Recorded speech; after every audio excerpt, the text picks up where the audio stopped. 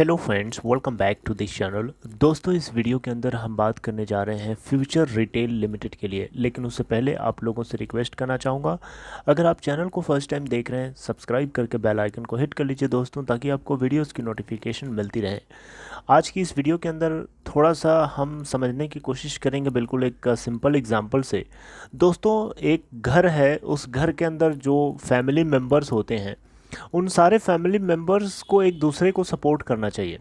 और ख़ासकर उस आदमी को तो बिल्कुल ज़्यादा सपोर्ट करना चाहिए जो आपके लिए फाइनेंशियली मतलब जो आपके लिए फाइनेंशियल सोर्स है, राइट। फाइनेंशियली जो कुछ कर रहा है जिससे घर चल रहा है। तो एक देश जो होता है, एक कंट्री जो होता है, वो एक फैमिली की तरह है। उसके अंदर कोई भी कंपनी अगर काम कर रही है तो वो उस देश के लिए एक एसेट की तरह है, बिल्कुल उसी तरह से जैसे आपके घर के अंदर जो भी कमा रहा होता है, जो अर्निंग सोर्स होता है, जो अर्निंग हैंड होता है, वो एक बहुत ही इंपॉर्टेंट फैक्टर होता है उस फैमिली के लिए। लाइक दैट, इंडिया के अंदर, हमारे देश के अंदर ही नहीं, किसी भी देश के अंदर जो कंपनी होती है, उस कंपनी जो स्पेशली जो प्रॉफिट मेकिंग कंपनी है, वो एक एसेट की तरह होती है। यहाँ पे मेरा इशारा फ्यूचर रिटेल लिमिटेड की तरफ है। फ्यूचर ग्रुप की एक flagship company future retail limited, एक समय था इस कंपनी के सिक्के चलते थे, लेकिन कोरोना वायरस के आने के बाद से इसकी कमर टूट गई। तो क्या इस देश के अंदर जो सरकार है, जो भारत की गवर्नेंस है, क्या उसकी जिम्मेदारी नहीं बनती है इस कंपनी के स्टेक होल्डर्स और इस कंपनी के अंदर काम करने वाले लोगों को के बारे में सोचना, के फ्यूचर के बारे में सोचना, इस कंपनी के फ्यूचर के बारे में सोचना? क्योंकि देखिए, एक घर के अंदर जो फैमिली मेम्बर्स होते हैं वो एक दूसरे का ख्याल रखते हैं, और रखना भी चाहिए, क्योंकि फैमिली मेम्बर्स हैं, राइट। और स्पेशली वो जो कुछ काम कर रहा है, जो अर्निंग हैंड है, उसका अगर ख्याल ना रखा जाए तो फिर क्या होगा उस परिवार का, क्या होगा उस देश का? तो हमारी भारत सरकार अगर अच्छी नीयत के साथ खड़ी होती इस कंपनी को बचाने के लिए, तो फ्यूचर रिटेल लिमिटेड आज मार्केट में जिंदा होती, आज एक बढ़िया बिजनेस कर रही होती। लेकिन कोरोना वायरस के आने के बाद फ्यूचर रिटेल लिमिटेड के किशोर बियानी जी की कमर टूट गई। किशोर बियानी जी जब तक इस कंपनी किससे पैसे कमाते रहे, बिजनेस चलता रहा, तब तक सरकार को भर भर के टैक्स दिया। लेकिन जब बुरा टाइम आया तो वो वही सरकार उनके पीछे खड़ी नहीं नजर आई। अगर भारत सरकार चाहती अच्छी नीयत के साथ तो इस कंपनी को बचा सकती थी, क्योंकि इस कंपनी की जिम्मेदार क्योंकि इस कंपनी ने टैक्स दिया है इस इंडियन गवर्नमेंट को, इंडियन सरकार को। तो भारत सरकार की जिम्मेदारी थी कि इस कंपनी को बचाए, क्योंकि कंपनी बची रहेगी तो आने वाले टाइम में ये कंपनी भारत सरकार के लिए लायबिलिटी नहीं, एक एसेट की तरफ फिर से बन के उभर सकती है। लेकिन भारत सरकार को ये कौन बताएगा? भारत सरकार का जो मेन चीफ, जो प्राइम मिनिस्टर है, वो खुद एक पढ़ा लिखा इंसान नहीं है। जब वो खुद पढ़ा लिखा इंसान नहीं है तो ये बातें कैसे उसको समझ में आएगी? अब एक बंदर के हाथ में तलवार दे दिया गया है, और वो बंदर कुछ भी कर सकता है, हम लोग कुछ नहीं कर सकते उसके बारे में।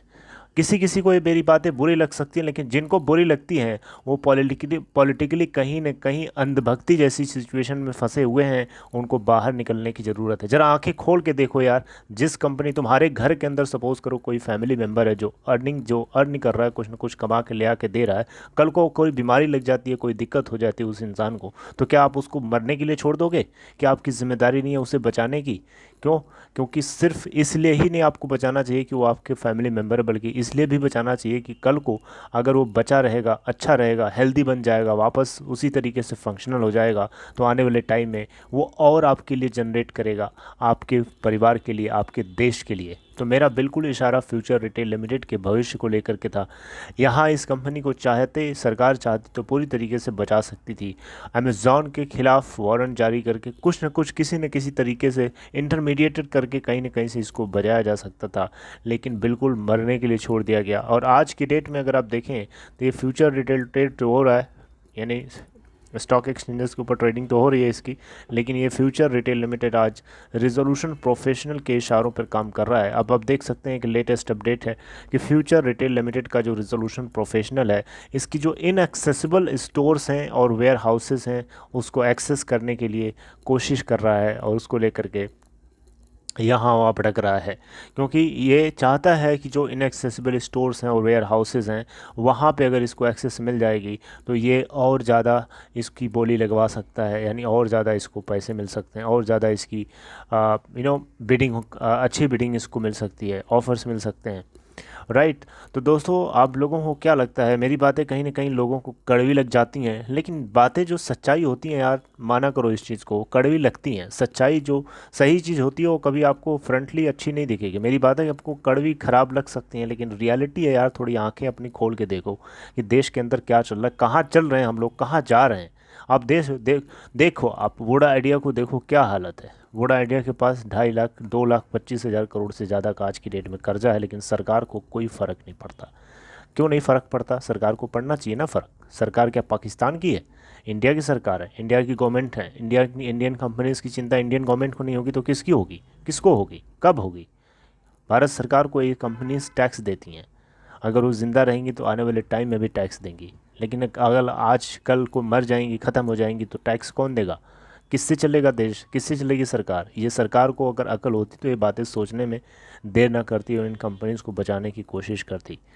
कितने लोग इस देश को लूट करके भाग गए, कितने ऐसे ऐसे लोग हैं जो लोग इस देश को कई कई हजारों करोड़ रुपए लूट के लेके भाग जाते हैं। अडानी के मामले में आज तक हमारा प्रधानमंत्री एक शब्द तक नहीं बोला। आप सोच के देखो यार, इतना बड़ा घोटाला, इतना बड़ा स्टॉक मार्केट क्राइसिस आ गया।